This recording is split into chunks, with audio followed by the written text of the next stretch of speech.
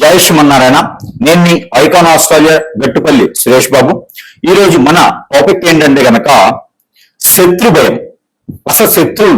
శత్రువులు ఎలా పుట్టుకొస్తారు?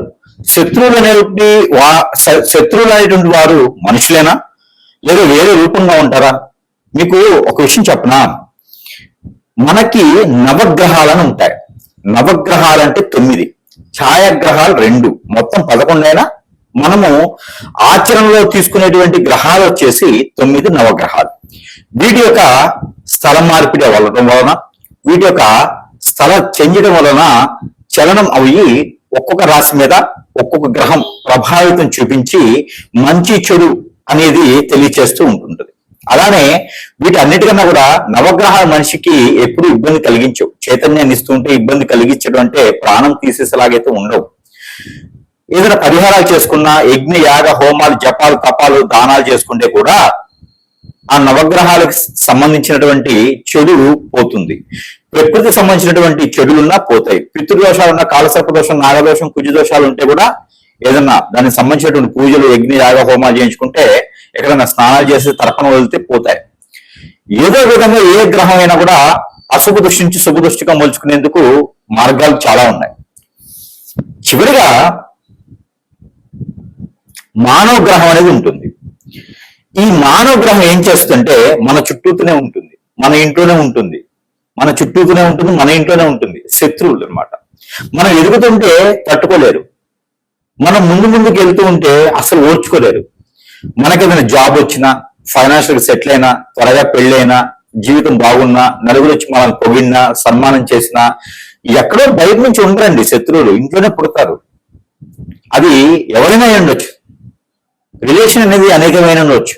కానీ ఒక్కొక్క రాశి వాళ్ళకి అసలు ఏ గ్రహము ఏ స్థానంలో ఉండడం వలన, వారికి ఏ దశ అంతర్దశ నడవడం వలన అసలు రాశి వారికి శత్రువులు ఎలా పుడతారు, వారి వలన ఎలాంటి ప్రభావితమైనటువంటి ప్రమాదాలు ఉంటాయి, ఎలా మనం జాగ్రత్తలు తీసుకొని పరిహారాలు చేసుకోవడం ద్వారా శత్రువులు కూడా మిత్రులుగా మారడం, శత్రువు కూడా భయపడి మన జోలు రాకుండా ఉండడం ఎలాగా, అది సాధ్యపడుతుందా?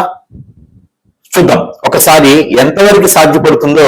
మనం ఒకసారి ఈ యొక్క రాసుల్లోని ఏ గ్రహం ఎక్కడ ఏ స్థానంలో ఉండడం వలన, ఏ దశాంతదశలు ఏ వయసులో రావడం వలన మనకి శత్రువులు ఏర్పడతారు, వారిని మిత్రులుగా మార్చుకోవడానికి లేదా శత్రువుని అరికట్టడానికి ఏమైనా పరిహారం ఉన్నాయేమని పరిశీలన చేసినట్టయితే కనుక ఖచ్చితంగా ఉండొచ్చు. ఒకసారి మనం పరిశీలన చేసుకున్నట్టయితే కనుక ముందుగా మనకి 12 రాసులు, ఈ రాసుల్లో ఏ రాశి వారికి ఎలాంటి శత్రుత్వం ఉంటుంది, వారు ఎలాంటి అనుభవాలు వారికి చేయూతనిస్తాయి, ఎలాంటి అనుభవాలు వారికి ఇబ్బంది కలిగిస్తాయి, ఒకసారి మనం పరిశీలన చేసుకున్నట్టయితే దానికి సంబంధించినటువంటి పరిహారాలు కూడా ఉన్నట్టున్నాయి. అవి ఒకసారి పరిశీలన చేద్దాం. 12 రాశుల్లో ఒకటి మీనరాశి. ఈ మీనరాశి వారికి కూడా శత్రుభయం ఉంటుంది. వీరు జలతత్వం కలటువంటి రాశి. వీరికి దైవం అంటే విష్ణుమూర్తి.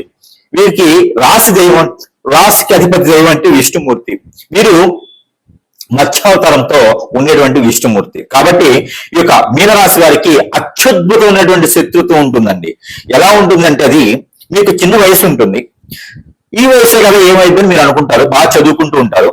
మీ ఇంట్లో ఎవరో వస్తారు, మేనత్లో మేనమామలో కాలు వెళ్ళి ఇడిచినలో బామ్మలో అమ్మమ్మలో నాయనమ్మలో వస్తారు. వచ్చేసి ఈ పిల్లకో పెళ్ళోడికో పెళ్లి చేసి పెళ్ళి అని చెప్తారు. చిన్న వయసులోనే పెళ్లి చేస్తారు.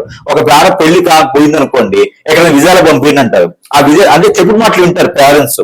విదేశాలకు పంపించేసి అక్కడ వచ్చేటువంటి ఆదాయ వనరులన్నీ కూడా ఇంటికి పంపించాలి, ఇక్కడ వాడుకుంటుంటారు. చివరికి మీకు పెళ్లి వేసి వచ్చేదానికి మీ చేతిలో చిల్లిగా కూడా మిగలదు. ఇక పిల్లలు పుట్టడానికి అయితే మళ్ళీ మీరు ఎదురు చూడాల్సి వస్తుంది. ఇక మీ దగ్గర తిన్న వాళ్ళందరూ కూడా మీకు వెళ్ళి చూడరు. ఇది ఒక శత్రుభయం అనుకోవచ్చు.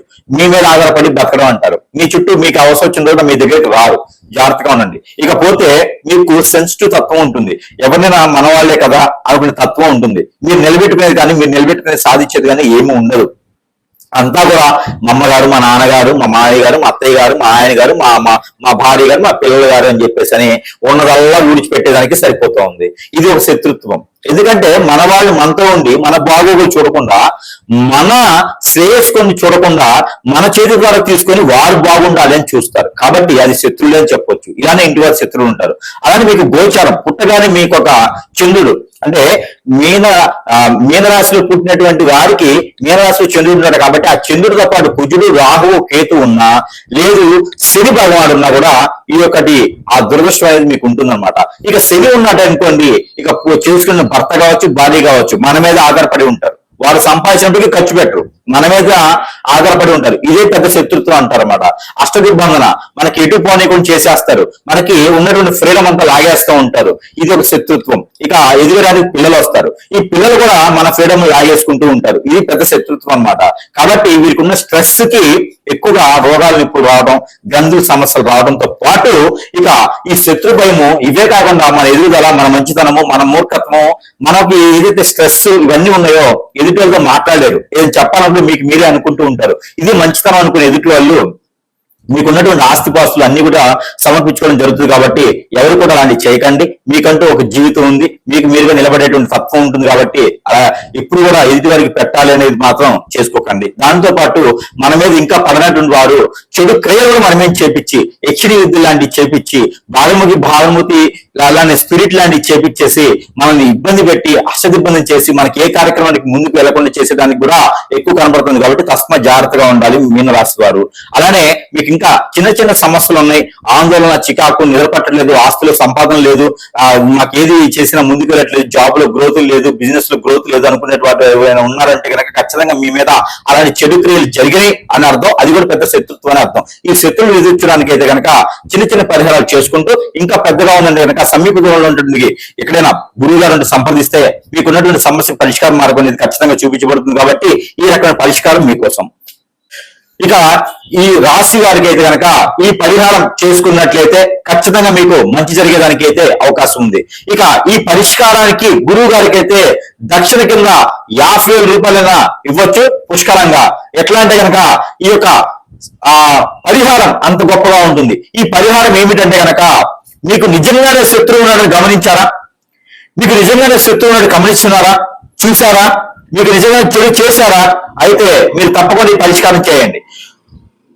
మినుముల పిండి ఉంటుంది, మనకి పొట్టు మినుములు ఉంటాయి, ఆ మినుముల పిండి ఉంటుంది. ఆ పిండి తీసుకోండి 1 కిలో. ఆ పిండి తీసుకొని ఒక బొమ్మను తయారు చేయండి.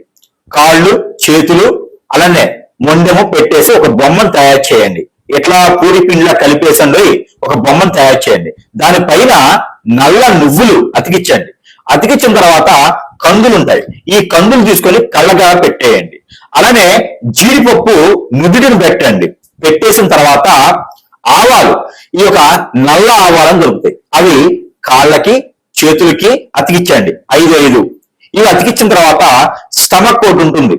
ఈ స్టమక్ దగ్గర మీరు ఉలవలని ఉంటాయి, లేదు అంటే కనుక గసగసాలు ఉంటాయి, లేదు అంటే జీడి గింజలు ఉంటాయి, అవి ఒక 2 తీసుకొని, లేదా గురిగింజలు ఎర్రవి తీసుకొని ఆ స్టమక్ పెట్టేయండి. ఇక మీ మీద శత్రువు ఎవరున్నారో వారికి ఇక మీకు బిర్యానీ ఆకు ఉంటుంది ఇంట్లో, బిర్యానీ పత్తా అంటారు, దానిపైన మీ శత్రువు పేరు రాయండి.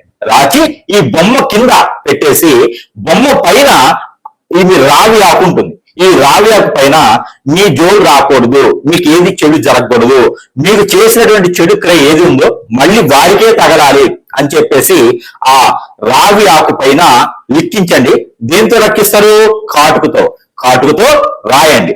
రాసినటువంటి బొమ్మను తీసుకొని వెళ్ళి ఎక్కడైనా మీకు ధర్మస్థలాలు ఉంటాయి, ఈ ధర్మస్థలాల్లో కానీ, లేదా ఒక చిన్నపాటి గుంత తీసి దానిలో బూడ్చి పెట్టేసేయండి, లేదా ఎక్కడైనా పొదలుగా ఉన్న చెట్టులో వేసేసేయండి. ఇలా చేయడం ద్వారా అది ఎట్లా రావ్యాకులు చుట్టాలి, రావ్యాకులు చుట్టేసి మీ వైపు ఇంక రాకూడదు అని చెప్పేసి తలుచుకొని ఈ బొమ్మను తీసుకుని వెళ్ళి అక్కడ వేసినట్టు కనుక దీనికి ఒక మంత్రం ఉంటుంది. ఈ మంత్రము ఖచ్చితంగా మీకు చెప్తే తెలిసి తెలియక అందరికి చేయొచ్చేమో. ఈ మంత్రం అయితే ఖచ్చితంగా ఎవరికైతే అవసరం ఉందో వారికే చెప్పాల్సినటువంటి సందర్భం వచ్చినప్పుడు చెప్పేదానికి ఉంటుంది. ఇకపోతే ఈ బొమ్మను తీసుకుని వెళ్ళి చిన్న చిన్న శత్రువులు అయితే ఇట్లానే చేయొచ్చు.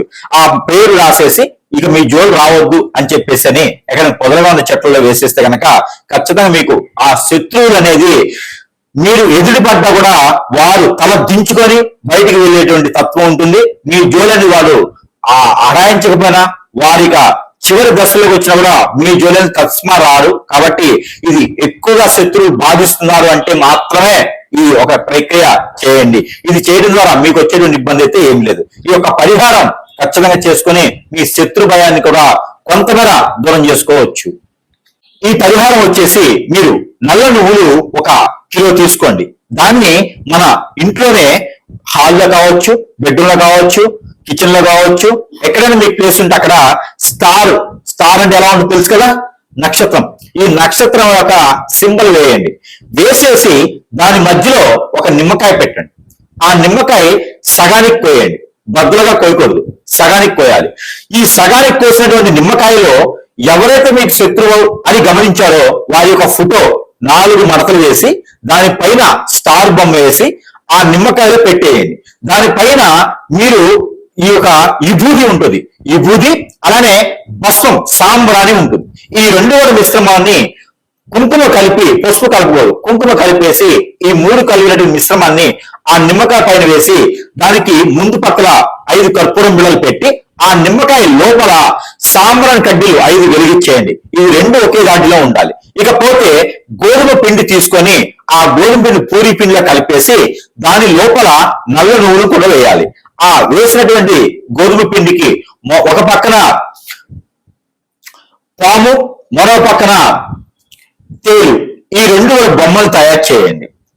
ఈ 2 బొమ్మలు తయారు చేసి ఈ రెండింటి మధ్యన ఈ యొక్క మనం చెప్పినటువంటి ఈ నిమ్మకాయ పెట్టారు కదా, ఆ నిమ్మకాయ చేసేసి ఇక మీరు ఏదైతే శత్రు భయం ఉందో ఆ శత్రువుకి మీ జోలు రాకూడదు అని చెప్పేసి మనస్ఫూర్తిగా తలుచుకోవాలి.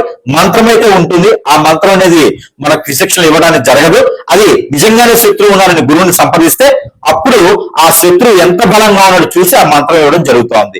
ఈ ప్రక్రియ చిన్న చిన్న శత్రువులు అయితే మీరు చేసుకోవచ్చు. ఇది చేసిన తర్వాత ఆ కర్పూరం బిళ్ళలు, అగరబత్తి పూర్తిగా కాలిపోయిన తర్వాత ఈ 2 పిండిని పాలు, ఏదైతే గేదె పాలు ఉంటాయో ఆ పాలు తీసుకొచ్చి ఈ పిండి 2 తేలు, పాము ఉన్నటువంటి పాము, ఈ 2 పిండిని కలిపేసి ఆ నిమ్మకాయ మధ్యలో పెట్టేసి బాగా ఉండ చేసి అది తీసుకుని వెళ్ళేసి ఎక్కడైనా పారేడు నీటిలో వేయండి. ఇక ఆ స్టార్ బొమ్మ అయితే గనక ఆ నువ్వులు ప్రతి రోజు కూడా ఇంట్లో నుంచి బయటికి ఒక చిటికెడు, ఇంట్లో నుంచి బయటకు వచ్చి చిటికెడు, ఇంట్లో నుంచి బయటకు వచ్చి చిటికెడు వేస్తూ ఉన్నాను వాళ్ళ పేరు చెప్పి. జన్మలో మళ్ళీ మీ వైపు కాదు కదా, కన్నెత్తి చూడాలన్నా కూడా చెమట్లు పుట్టాలి, అట్లా ఉంటుంది శత్రువుకి. కావాలంటే ఇది చేసి చూడండి. తస్మా జాగ్రత్తగా ఉండాలి. ఇది చేసేటప్పుడు మీరు ఆహారం భుజించకుండా, ఆయిల్ ఫుడ్ తినకుండా ఉండండి. స్నానం చేసి చేయాలి అనేది ఏం లేదు. ఇది ఏ సమయం చేయొచ్చు, ఫుడ్ తినకుండా చేయండి. అది చేసిన తర్వాత ఆ రోజంతా కూడా నేల పడక చేయండి.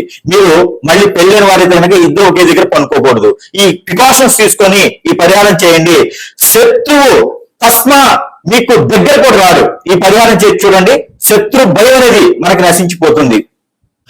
శత్రు భయం నశించడానికి గల పరిహారం, ఈ పరిహారం మీరు చేసుకొని శత్రువులు నిజంగా మీకు ఉన్నారంటే కనుక వారిని అరికట్టొచ్చు. ఎలా అంటే కనుక బియ్యం పిండి ఉంటుంది. ఈ బియ్యం పిండి తీసుకోండి. బియ్యం పిండి తీసుకొని చుట్టూత కుంకుమ తీసుకొని 5 రకాల బొట్లు పెట్టండి. 5 బొట్లు పెట్టండి. ఈ బియ్య పిండితో ఒక కుండి చేయండి. దాని లోపల నువ్వుల నూనె పోయండి. ఈ నువ్వుల నూనె ఆముదము కలిపిపోయాలి. ఈ కలిపిపోసినటువంటి నువ్వుల నూనె ఆముదం ఒక్క ఒత్తి వేసి వెలిగించాలి. వెలిగించిన తర్వాత ఈ ఒత్తి వెలిగించిన తర్వాత దాని లోపల కాటుకని కొంచెం వేయండి. ఇది నూనె లోపల కాటుక కొంచెం వేయండి. ఈ వేసినటువంటి దీపాన్ని ఇంట్లో మీరు దక్షిణ వైపున పెట్టండి. దక్షిణ వైపున పెట్టి ఎవరైతే పేరుందో ఆ శత్రువు పేరు రాగి ఆకు పైన కాటుకతో రాసి ఆ దీపం కింద పెట్టండి. వారికి ఖచ్చితంగా మీరంటే భయం ఏర్పడుతూ ఉంది.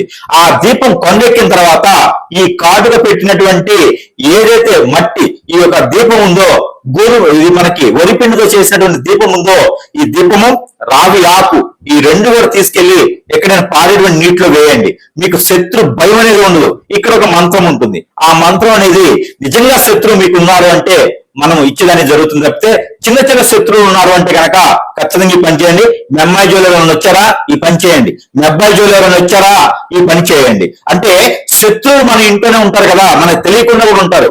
మిమ్మల్ని ఇబ్బంది పెట్టేవారు ఎవరైనా ఉన్నారు, డబ్బులు తీసుకుని ఇబ్బంది పెడుతున్నారు, ఇలాంటి వారు ఉన్నారంటే కనుక ఖచ్చితంగా మీ ఆయన ఎవరైనా వల్ల వేసుకున్నారా, లేదా మీ ఆవిడ ఎవరైనా వల్ల వేసుకున్నారా, ఇలాంటి వారు కూడా వారి పేరు రావి ఆకు మీద రాసి ఇలాంటి దీపాలను పెట్టినట్టు కనుక 3 రోజుల్లోనే వారు మీ జోలు రాకుండా ఉంటారు. కాబట్టి ఈ యొక్క పరిహారం మీకోసం చేసి అదృష్టవంతుల వాళ్ళంగా కోరుకుంటూ ఉన్నాను.